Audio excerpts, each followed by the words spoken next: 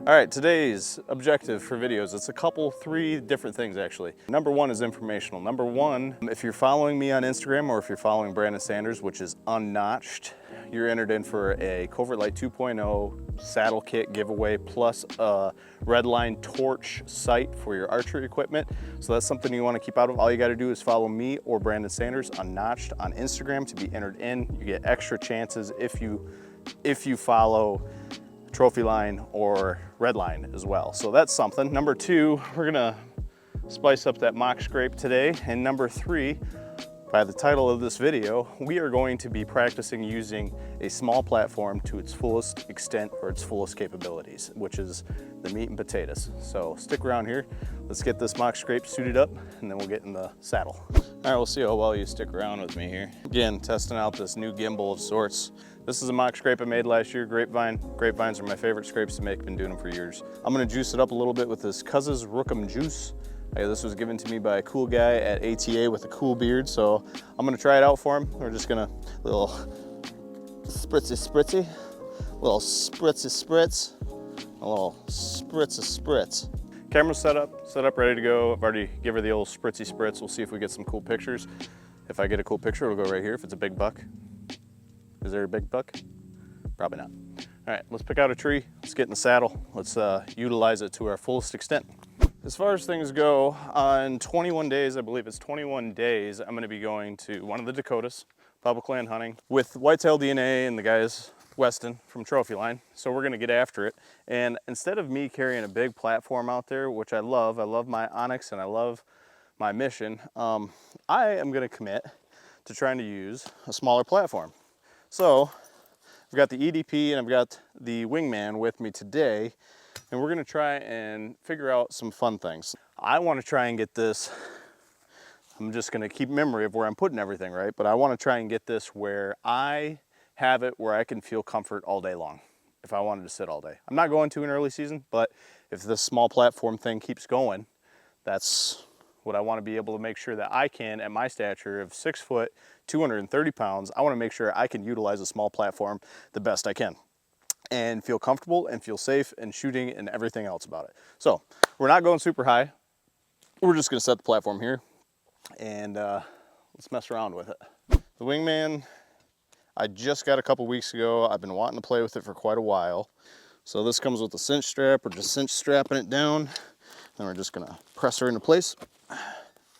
She's in. Now I am a avid Amsteel user. That's me personally. But with this system here, this Wingman, you really can't use Amsteel because Amsteel takes advantage of camming systems. So platform cams over and is able to make the tautness of the unit and keep it solid, rock solid. In this case, I've got to go with the strap because there's nothing to cam over on it. I have never used knee pads in my life for saddle hunting. Today's gonna be the first day. We're gonna try them out together.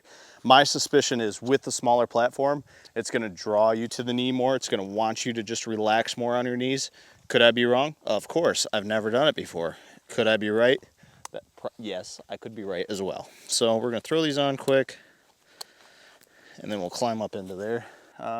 It's right about chin level as I'm standing on the platform. This is my normal stance as far as bigger platform hunting goes. I like to be leaning out, bow hanging from the Genesis 3D printer, and I'm always ready. So my bow would be right here at my hand, camera right here, grab it, draw, shoot. Now in this case, I don't have as much real estate to work with. So knees, obviously, oh, that's comfy. I can see why guys wear knee pads. That's obviously good. If I was gonna work around to my weak side, let's shoot this side first. So probably I would come around here and I don't feel any slipping on the platform. I've got that right there. Now the weak side, the true weak side is what I'm curious about. How to get that. We'll raise you up about yonder. We're gonna go forehead level. We'll try this. Forehead level. All right, there's a deer coming right at me. It's gonna go to my weak side. So I'm just gonna kind of drop a little bit. Bow's in my left hand. Bow's in my left hand. Deer isn't looking. So I'm gonna stand up like this. And I'm still got half a foot on the platform and a full foot. So I'm gonna take that, just kind of shuffle, just barely at all. And there, I'm into my weak side. Seatbelt method engaged, coming through, he's coming through, he's coming through. That was a lot easier than I was expecting it to be, honestly. Recap from the top. Moved up the tether to my head, forehead. I've got this sucked up pretty good. You can see my angle. It's pretty sucked up good. No hip pinch, but you feel more pressure down in the back of the legs because your tether is higher.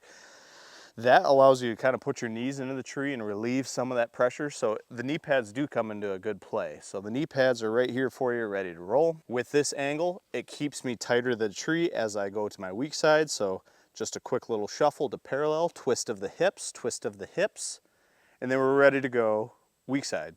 So we're gonna use our weight to kind of come into the tree, slow movements, deer are watching, pull up to here.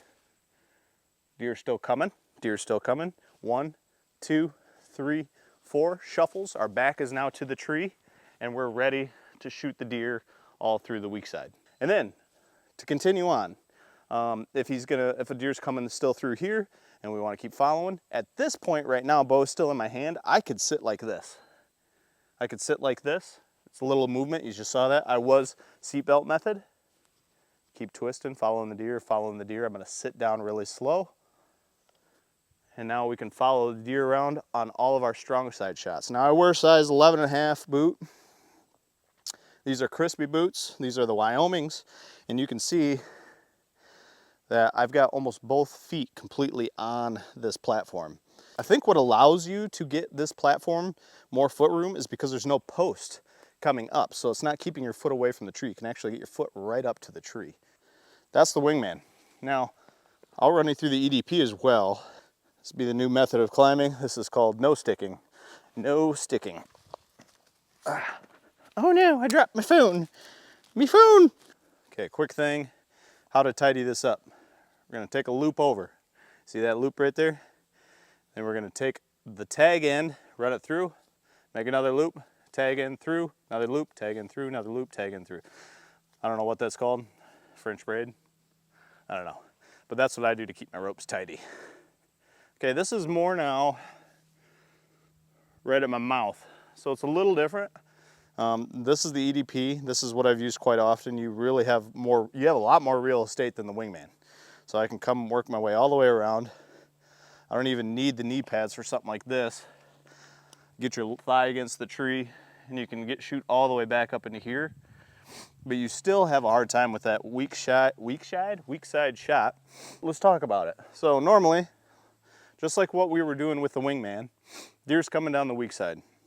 Small platform with this one, the EDP, you still got a lot of real estate to work your way all the way over here, which is cool. But if you're really thinking you're gonna get your shot on the weak side, bow in hand, I use the carabiner as my grabbing point. So I'll put my finger or 2 fingers through the carabiner. I'll kind of turn myself sideways, pull myself up to the rest of the tree, holding my bow. Deer's still coming towards the weak side, twist myself around. This one, this EDP, you can see I've actually got slack. There's enough room, I don't have to put my weight out. So now I'm in the weak side shooting position. I can work my way all the way through there. So either one of these platforms, these smaller platforms, work well. The wingman's definitely the smallest. I don't have the capability of just standing on the platform like this without any restriction here on the wingman. But you easily can get turned around on the wingman, and this EDP, it's even easier. That's good to know. Good to know. All right, so anyways, mock scrapes put up. We've tested out our equipment. We've utilized it successfully. You can see how to get the weak side shot done. There's nothing else really that I can think of to utilize a small platform compared to a big platform. Obvious things would be packability's better with a smaller platform. But that bigger platform just sometimes gives you a better peace of mind if you're a bigger fella, taller fella, bigger feet. Gives you better peace of mind for weak side shots or taking a leak off of the side or whatever you gotta do. So you can still be done with the small platforms. We just proved it right here. And I hope you've enjoyed this video. Hopefully I get some cool pictures of some bucks. And yeah,